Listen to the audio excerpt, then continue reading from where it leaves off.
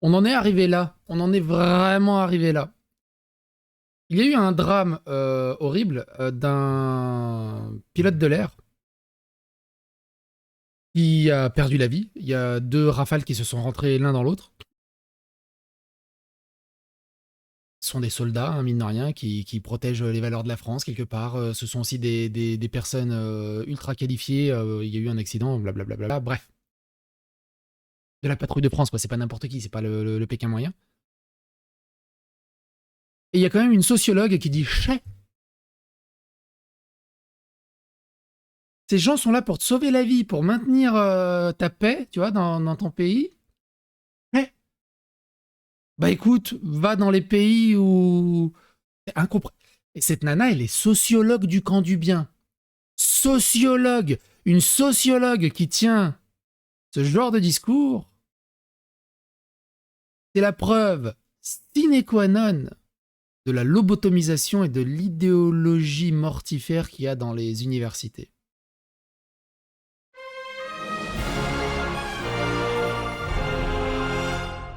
Attention, please.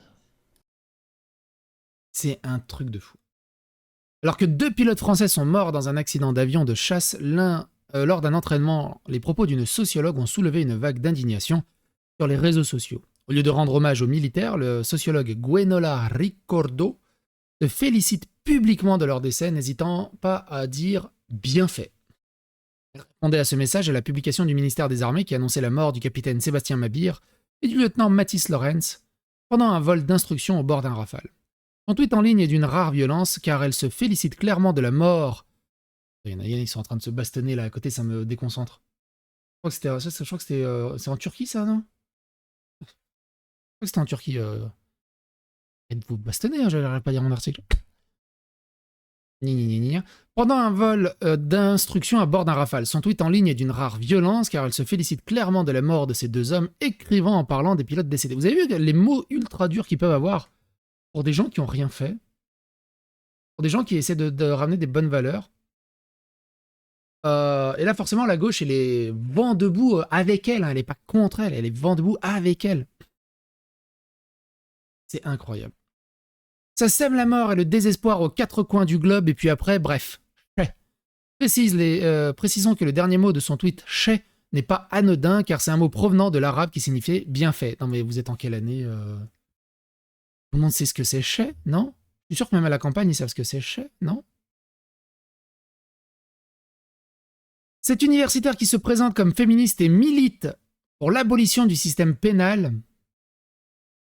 Vous avez le truc, hein. Il y a trop de criminels et délinquants en prison. Ça fait mal au cocoro, tu vois, de la diversité. Cette professeure en justice criminelle aussi, hein, cette professeure en justice criminelle a immigré aux États-Unis et travaille à la California State University. En gros, dans un univers ultra wokiste. Elle a ainsi écrit un livre dont le titre ne mérite aucune explication complémentaire puisqu'il s'intitule 1312 raisons d'abolir la police. C'est ça qui est très intéressant. Je vous invite à aller dans la playlist également. Je crois que je pense à la mettre. La playlist Black Lives Matter. Je la mettrai dans la description, la playlist Black Lives Matter. Mais dans la playlist Black Lives Matter, on a vu, suite à ce qui s'est passé à tout ça aux États-Unis, il y a eu des zones. Notamment autour du quartier de George Floyd, à Minneapolis, je ne dis pas de bêtises, où ils ont aboli la police. Ils ont interdit d'entrer dans toute la zone la police. Ça a duré quasiment 1 an. Et la police a joué le jeu. Elle a dit « Ok, on n'intervient pas. » La criminalité a explosé. Au bout d'1 an, ils ont dit « Non, s'il vous plaît, revenez, on n'en peut plus. » Et il y a une autre ville un peu dans cet état-là. Ah non, c'était pas une autre ville. C'était, je crois, alors je sais plus si c'était San Francisco ou une autre, où ils ont définancé la police de plusieurs millions de dollars. Et moins de 8 mois après, ils l'ont refinancé en urgence parce que ça devenait une catastrophique, la criminalité. Il dit, mais les gens sont dangereux pour la société, sont dangereux pour la nation, et tout le monde les laisse parler. Ils sont dans le camp du bien, donc ça va. Dans des interviews, elle expliquait sa mobilisation de l'abolition du système pénal. C'est un ensemble de réflexions et de luttes pour l'abolition du système pénal, donc de la prison et de la police. On a vu des cas en France dans la série de vidéos de La France est tombée, 78e condamnation. Sursis. Est-ce qu'il y a vraiment une justice pénale au bout d'un moment? Ces réflexions et ces luttes ont une histoire ancienne, même si la mobilisation qui ont suivi le meurtre de George Floyd et le mouvement Black Lives Matter ont popularisé des slogans abolitionnistes de la police, notamment Defund the Police, définancer la police, ou Care Not the Cop, du soin, pas de policier. Ce qui a permis le moment George Floyd en 2020 aux États-Unis. C'est une longue histoire de résistance à l'existence même de la police, de lutte dénonçant notamment le caractère raciste de la police, mais aussi des mobilisations anarchistes. Je vous rappelle, il n'y a aucun caractère raciste à la police. C'est juste qu'il y a, je sais plus c'était combien les stats, 8, 9, 10, 11, 15 fois plus de criminalité de la diversité que de la population blanche. Donc en fait, c'est juste des stats.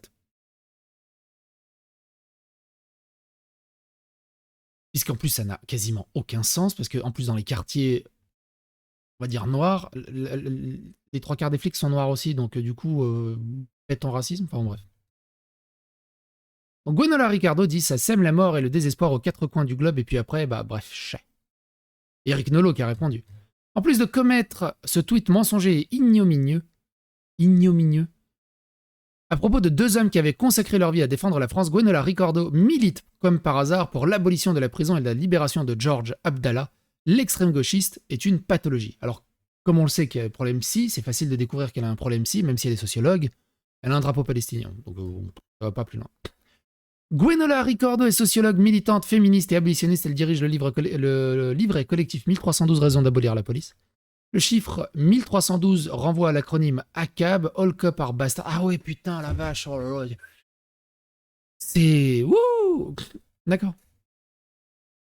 Nous payons les salaires et les travaux de ces personnes. L'éducation supérieure est remplie de parasites du type Gwenola Ricardo, sociologue et universitaire française, qui se réjouit ici de la mort de 2 pilotes de Rafale. Quand est-ce qu'on fait le ménage? Et je vous ferai pas la publicité, je ferai pas la pub à tous ceux qui l'ont soutenu sur les réseaux sociaux. De toute façon, c'est toujours les mêmes. Je vous présente Gwenola Ricardo, la dame qui s'est réjouie de la mort de 2 pilotes français. Ah, il y a un extrait d'elle sur une émission? Attends. Dans une société capitaliste, raciste et patriarcale, choisir le camp des opprimés, des exploités et des tyrannisés, c'est compter la police parmi ses ennemis. Cette phrase est l'une des premières en Amérique. Ah non, mais il parle juste du tweet en fait. Les abolitionnistes, professeur de criminologie à la c'est elle, attends. Université de Chico. Vous êtes militante abolitionniste pénale et vous êtes la coordinatrice de ce livre, 1312 raisons d'abolir, au début de ce livre. Moi, j'affirme que détester la police, c'est pas une question de goût personnel ou d'une aversion personnelle, mais il s'agit bien d'une position politique dans le sens où Donc c'est une position politique. C'est-à-dire que peu importe s'ils n'ont rien fait, il faut les détester. On est exactement dans la même chose que, je penserai à vous mettre dans la description, que la fragilité blanche de Robbie DiAngelo et toute la base du wokisme. C'est-à-dire que on s'en fout si le blanc il est gentil ou méchant. Le blanc, il est blanc et donc il est raciste et donc il faut lutter contre et donc il est suprémaciste. C'est pas de savoir pourquoi il y a du racisme et s'il y a du racisme ou pas ou s'il y a du suprémacisme. Non, non. C'est de savoir comment il y a du suprémacisme et comment il y a du racisme. Parce qu'il y en a obligatoirement, vu qu'il est blanc. Et là, c'est pareil avec la police, du coup. C'est le même système de pensée. C'est le système wokiste. L'idéologie woke, c'est le même système de pensée. C'est-à-dire qu'il n'y a pas besoin d'études, c'est tu sais, sur un ressenti, sur une envie politique, et après tu dois lutter contre. C'est des Don Quichotte. Défend, mais avec les abolitionnistes, que la police est notre ennemi en bleu, pour reprendre l'expression d'un Évidemment, c'est la première à aller courir à la police quand elle se fait harceler parce qu'elle doit porter plainte et tout le bazar et blablabla et blablabla. Là, par contre, la police... abolitionniste connu qui est Christian Williams, et dire... Tout ce que tu as envie, c'est qu'une fois que... T'imagines, ça lui arrive, que les flics qui les arrivent, fait, bah, je fais. Et il la raccompagne à la sortie. Qu'est-ce que tu veux faire avec ces gens-là, en fait? On déteste la police, c'est dire que, d'une part, que c'est pas une institution aimable, que ce n'est pas une institution qui peut être du côté des luttes progressistes, mais qu'il y a bien un antagonisme et que, du coup, nous assumons cet antagonisme. On le voit, hein, la lutte progressiste que ça donne. Hein. T'imagines la police qui serait progressiste? Déjà que c'est le bordel, la justice, et la justice est clairement à 2 vitesses. La police peut rien y faire à cause de la justice qui est à 2 vitesses. T'imagines s'il serait encore plus progressiste? Ça serait l'anarchie, quoi. Et c'est vraiment New York 99.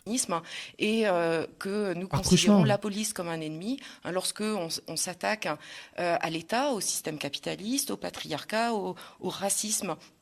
On trouve forcément sur son chemin l'État et son bras armé, c'est la police. Dans une société Parce que oui, hein, tu sais, dans le communisme et dans les trucs d'ultra-gauche, le bras armé, c'est pas la police. Non, non, non, non, non.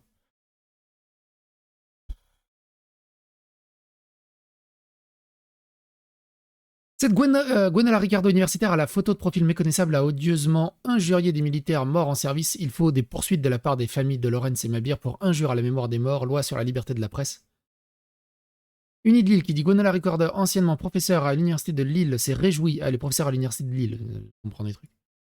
Se réjouit ouvertement de la mort de 2 soldats français, une preuve de plus de la haine des gauchistes envers la France et ceux qui la protègent. Surtout aussi, il y a un énorme problème avec les universités. Il faut nettoyer les universités au bout d'un moment. Il faut nettoyer tout. En fait, s'il y a bien un endroit où il faut obligatoirement des quotas, c'est l'université et les écoles. Tu peux pas avoir un corps professoral 95, 97, 98% gauchiste. C'est pas possible. Du coup, de l'école sortent que des demeurés idéologisés, matrixés, qui mettent 15 ans, 20 ans, 30 ans des fois à rouvrir les yeux. Oh, c'est ça la réalité? Oh là là! Qu'est-ce que j'étais con quand j'étais jeune? Il y a bien un endroit où il faut du quota, c'est les universités. Il faut engager des profs, mais avec un spectre politique divers. Sinon, c'est pas possible. C'est pas possible. Zora Habitant, ah oui, elle a partagé 3 trucs de Gwenola. Attends, elle est où? Elle a dit ça aussi, Gwenola. Donc ça sème la mort chez. Fuck Israël, fuck la France. Évidemment. C'est un scandale, bien sûr, que le 7 octobre compte parmi les actes de résistance du peuple palestinien contre la colonisation et sa destruction.